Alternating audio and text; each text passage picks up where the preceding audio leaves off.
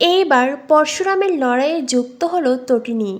একদিকে পরশুরাম জেরা করছে বিজিতকে, অন্যদিকে আয়ুষীকে জেরা করছে তটিনী। এবার শুধু আসল সত্যি সামনে আসার পালা।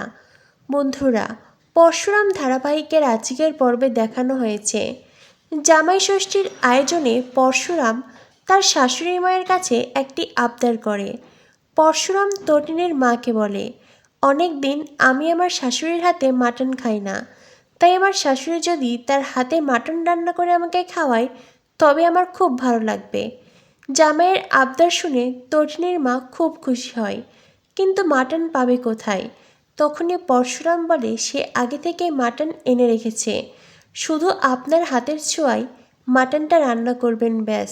তটিনীর মা বলেন, এ আর কি এমন কাজ, আমি এক্ষুনি বানিয়ে দিচ্ছি বাবা।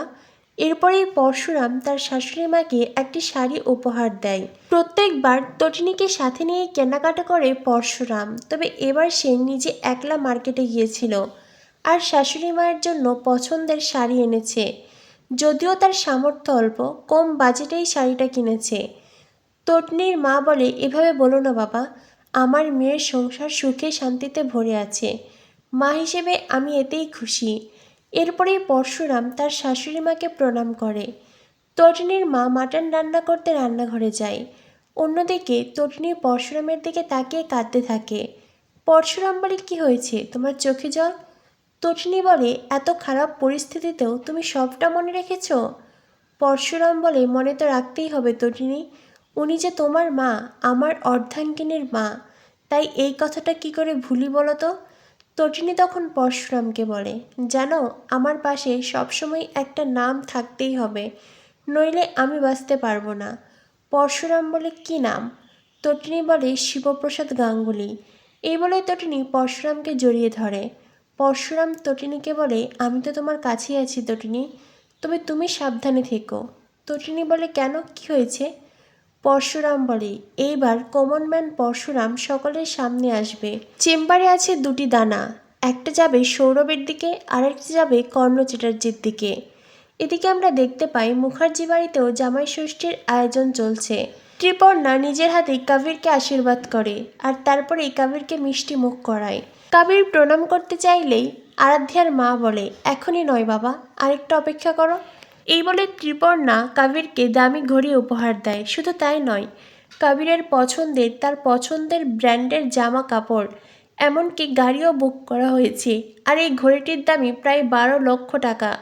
যেটা শুনে ভূমিকার খুব খারাপ লাগে। ভূমিকা বলে, তোমরা কি করে এতটা অবিবেচক হতে পারো? একজন জামাইকে এত এত দামি দামি উপহারে ভরিয়ে দিচ্ছ, আর অন্যদিকে আরেক জামাই মিসিং, তার পরিবার দুঃখে কষ্টে দিন কাটাচ্ছে। এই বাড়ির মেয়ে হয়েও তটিনী বাচ্চাদের নিয়ে খুব কষ্টের জীবনযাপন করছে, আর তোমরা কিনা এক জামাইকে ভরিয়ে দিচ্ছ। কর্ণ চ্যাটার্জি ভূমিকাকে বলে, তা এই বাড়ির যেই মেয়েটি সংসার চালাতে হিমশিম খাচ্ছে তাকে ভিক্ষে করতে বলো। আমাদের বাড়িতেও এমন অনেক ভিক্ষুক আসে, আমরা তাদেরকে ভিক্ষাও দেই। তখনই সেখানে উপস্থিত হয় তটিনী। তটিনী একাই এসেছে। তটিনী কর্ণ চ্যাটার্জিকে বলে, কে কাকে ভিক্ষা দিচ্ছে? হ্যাঁ, আপনি নিজেই তো অন্যের দরজায় দাঁড়িয়ে ভিক্ষা করেন, আপনি আবার কাকে ভিক্ষা দেবেন? তটিনীর কথা শুনে কর্ণ চ্যাটার্জি চটে যায়। কর্ণ বলে, এ কি, তুমি এখানে? এমনকি ত্রিপর্ণাও তটিনীকে অপমান করে বলে, তুই এখানে কেন এসেছিস? তটিনীর মা বলে, ও এখানে এসেছে, আমার বাড়িতে এসেছে, আমি ওকে আসতে বলেছি তাই এসেছে। কর্ণ চ্যাটার্জি তটিনীকে বলে, তো শুনলাম তোমার নাকি দুঃখে কষ্টে দিন যাচ্ছে, তুমি নাকি দুবেলা ঠিক করে খেতেও পারো না, তো খেতে এসেছো বুঝি? আজ অবশ্য এখানে অনেক রকম রান্নাবান্না হয়েছে, তোমার সন্তানেরা তো সারাদিন মাটন মাটন করে, খাই খাই করে, খেতে পায় না, তো টিফিন ক্যারিয়ার সাথে এনেছো তো? তোমরা মিডল ক্লাস ফ্যামিলি তো আবার খেয়ে দিয়ে সাথে করে বেঁধে নিয়ে যাও, যাতে পরে আরেকবার খেতে পারো। তটিনী বলে, আমরা না হয় খাবার বেঁধে নিয়ে যাই, কিন্তু আপনারা আপনারা তো দামি দামি উপহার লুফে নিচ্ছেন, দামি ঘড়ি, জামা কাপড়, ব্যাগ, আবার গাড়িও নিচ্ছেন। তবে তবে কে বেশি ছোট লোক আর কে বেশি ভিখারি একবার ভেবে দেখুন। তটিনীর কথা শুনে কর্ণ চ্যাটার্জির মুখ চুপসে যায়। তখনই ত্রিপর্ণা বলে, তুই কিন্তু আমার অতিথিকে অপমান করছিস। ভূমিকা বলে, তা তোমার অতিথিকেও বলো এই বাড়ির মেয়েকে সম্মান করতে। তখনই প্রাচী বলে, এই বাড়িতে আমাদের ঠিক যতটুকু অধিকার আছে ছোটদি ভাইয়েরও ততটুকুই অধিকার আছে, তবে কেন তাকে অপমান করা হচ্ছে? এরপরে কর্ণ চ্যাটার্জি আর তটিনীর মধ্যে তর্ক বিতর্ক চলতে থাকে। ত্রিপর্ণা তটিনীকে থামিয়ে দিয়ে বলে, তুই চুপ কর তটিনী, আর অশান্তি করিস না, একটা শুভ অনুষ্ঠান চলছে। তটিনী নিজেকে অনেক কষ্টে থামিয়ে নেয়। এরপরে অনুষ্ঠানের বাকি কাজও সম্পন্ন হয়। কাবিরকে আরও উপহার দেয় ত্রিপর্ণা। কাবিরও তার শাশুড়ি মাকে প্রণাম করে। এরপরে বাড়ির প্রত্যেককেই প্রণাম করে কাবির, তটিনীর মা, নন্দিনী, সবাইকে। নন্দিনী বলে, হয়েছে হয়েছে, তুমি বরং তটিনীকে প্রণাম করো, সম্পর্ক সেও তোমার গুরুজন। কাবির তখন তটিনীর দিকে এগিয়ে যায়। কাবির তখন তটিনীর পাশে দাঁড়িয়ে বলে, যেই মহিলার জন্য আমাকে জেলে যেতে হয়েছে, যেই মহিলার জন্য অসম্মানিত হতে হয়েছে, সেই মহিলাকে আমি প্রণাম করব না। আরাধ্যা বলে, তবুও সে আমার ছোটদি, তাকে প্রণাম করো। কবির বলে, বলছি তো, এই মহিলাকে প্রণাম করব না। তটিনী বলে, হয়েছে হয়েছে, ব্যাস, আমাকে প্রণাম করতে হবে না, তবে একদিন না একদিন আমার পায়ে এসে পড়বে তুমি, সে ব্যবস্থাই করা হচ্ছে। যেটা শুনে কবির আর কর্ণ চ্যাটার্জি অবাক হয়ে যায়। ত্রিপর্ণা বলে, প্লিজ আমার জামাইকে ইনসাল্ট করবি না, আমার জামাই সোনার টুকরো জামাই। তখনই তটিনীর মা বলে, এই বাড়িতে তো আরও এক জামাই আছে, তোর বড় জামাই, সে কোথায় রে? তাকে তো দেখছি না, বিজিত কোথায়?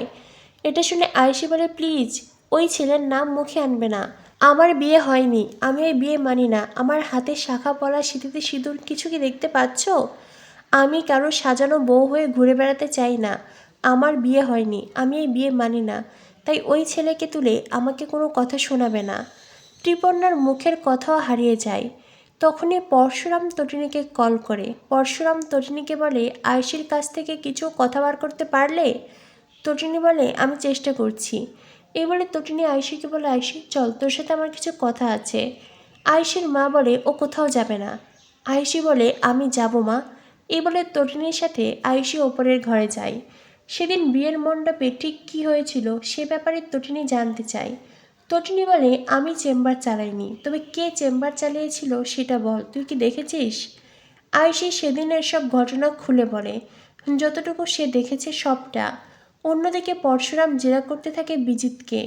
পরশুরাম বিজিতকে বলে, 24 ঘন্টার মধ্যে তুই কথা যদি স্বীকার না করিস তবে তোকে শেষ করে ফেলবো। পরশুরামের এমন রূপ দেখে নন্দা খুব ভয় পেয়ে যায়।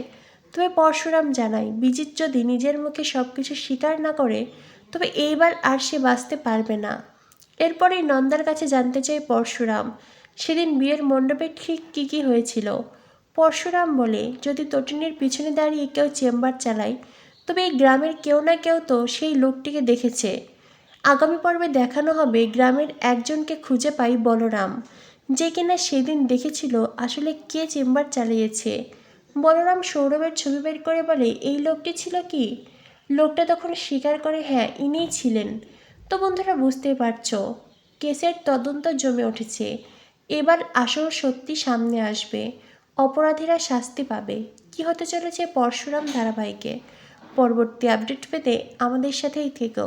ধন্যবাদ সবাইকে।